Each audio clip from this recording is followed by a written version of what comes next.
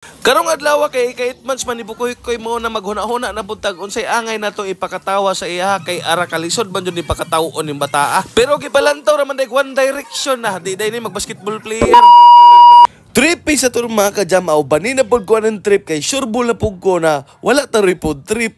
Bitaw oy kay karong adlaw ika-8 months ro ni Bukoy koy anak ni Ate Chilot ba. Mao na ning anhi dayon si Ate Aranyo dira up to the rescue. Ning sulod dayon siya sa kwarto nila mama kay pinakauna niyang himuon magprinta siya kana mga design sa cake ni Bukoy koy. Unya ako pong i-share sa inyo, ako pong ipakita sa inyo kung unsay kaganapan sa pictorial ni Bukoy koy gahapon para in case kung mag-birthday ang inyong bata. Naapod mo'y idea kung unsay inyong himuon. Kibali ang print ni Ate Aranyo dira apang basketball natin. Kay gusto lagi siyang mama magpapa dira mahimog basketball player ni si Bukoy koy inig kadako. Kay para kuno daghan kay og chicks ba. Mas gipili nila na sila nila maghimo og design sa cake kay para makatipid-tipid. Kay dito raman sila maboylo og gasto pag ubot sa iskatuig ni Bukoy koy. Onya syempre kay nakapili naman si Ate Aranyo dira og mga design mo nang iya na dayon nang giprint kay unsa pa may dugayan kay gunting-guntingon para ba na dito sa ubos. Bula ra og katong mga bata na nagduwa og basketball ang iyang giprint kay para pag makita ni Bukoy koy mingon siya I want to be like him. Ana ba? Mo nagipanggunting-gunting dayon na ni Ate Aranyo dira isa-isa. Simple ra kayo ng mga design pero pag magkadugay ni mog lumantaw mo gana ra ni. Lisod pod no ako kung asawa ang nag-design dira Basta mga ingani jud ng mga trabahoon. Siya jud grabe kakutihan sa mga ingani kahilig magunting-gunting, magdikor-dikor. Pero wala pa ko kabalo nga nung dili pa na siya makahuna-huna og himo og mga dikor-dikor no. Kana bang sa mga birthday ba kay para sosyo na siya sa iyang barkada. Unya kay nahuman na malagi siya gunting no dira iya pang gipakita nagana kuno kayo. Mao nang ato pod yung ipagawa si Bukoy koy dira dara pareho sila gnaong sa katong picture no. Smile be sama dra bang ilong na cute. Aw kani pwede naman Unya mao pod ni nakabutang sa mga word of wisdom dira ba. Hard work beats talent with a talent but you do hard work it man's Edric Skyler din. Onya nagplaster po dayon sila dira sa mga bangko kay ila man ang ibutan ng hapin kay diha man sila magpictorial god. Simple ra kayo ila ra na dilang gihapinan kay para mas mugana po jud siya lang tawon. Pagkahuman nila butang og hapin diha gikumos-kumos po dayon si Bukoy koy ni Kika kay gihimos lang jud si Kika ana siya. Ay kagana ba lamang jud magka-baby. Onya gikuha po dayon natin niya dira ang cake na sponsor sa Goldilocks kay iyan ang dugangan-dugangan og design.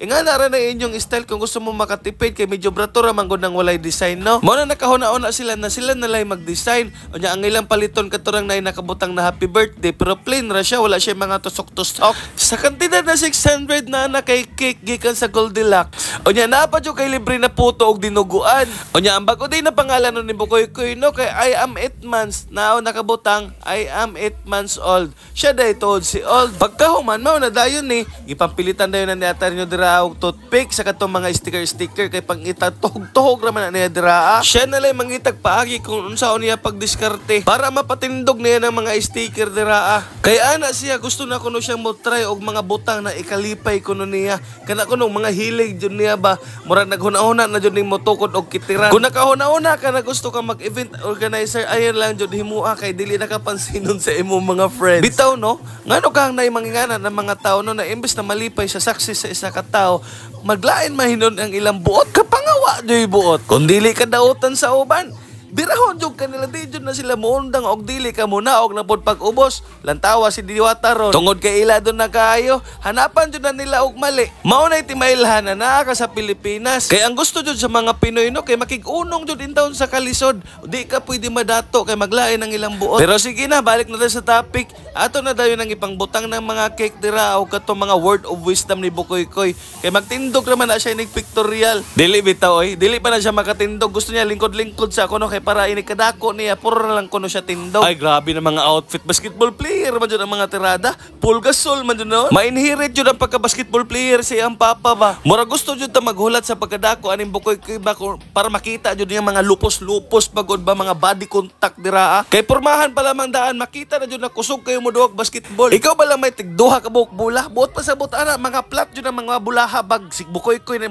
dakdak ang lubot kay may slide pero paniid jud nako aning bata perting ning taasa kay wala pa man ning taon ni mag-iskatuig pero ang height pang iskatuig og tunga na pag edad inig 12 ang ring dili na niya ang bakon igo na lang kuhit-kuhiton kinto-kinto ra kan ginagmay ba wala pa gani magsugod ang duwa pero ang kick gidakdakan na gikaw-kaw na kinsa man pud intaw dili mahadlok mo dipinsa ana na nagsugat man ang kilay ana oh. Mahadlok jog ka kay basin kon igwadan kasi ang lubot. Unya mao dayon to diri na pud ang atong kalbaryo aning panahon na kanang unsaon ni siya pagpangisi. Mas nakatawa pa ko maglantaw sa mga nagpakatawa kang Bukoy-koy kay sila grabe ngisi nilang tulo pero ang si Bukoy-koy jud in town na niingon rag bahala mo dira. Basta kay wala jud in town kuno siya sa mood mangisi bahala kuno mo dira basta ang gusto kuno niya magmugot ra kuminti. Gihubo na in daw ng sapatos kay giinita na siguro. Ang akong asawa diha nakapuliki na in town unsaon pagpaego nagpapatindog o unsaon ba smile na diha long kay para happy na ta. Unya ila po dayon gitistingan dira pagpatindog kay basig mo tindog na pero di man jud mo balanse kay unsaon mo pud pagbalanse